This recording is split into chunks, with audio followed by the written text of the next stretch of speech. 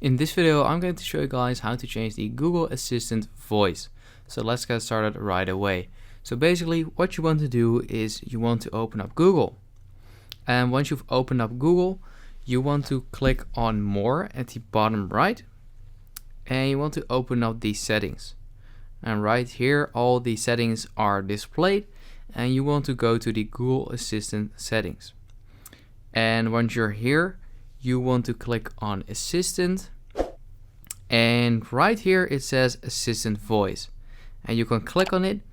And a quick disclaimer, the amount of voices there are available depends on your language or country.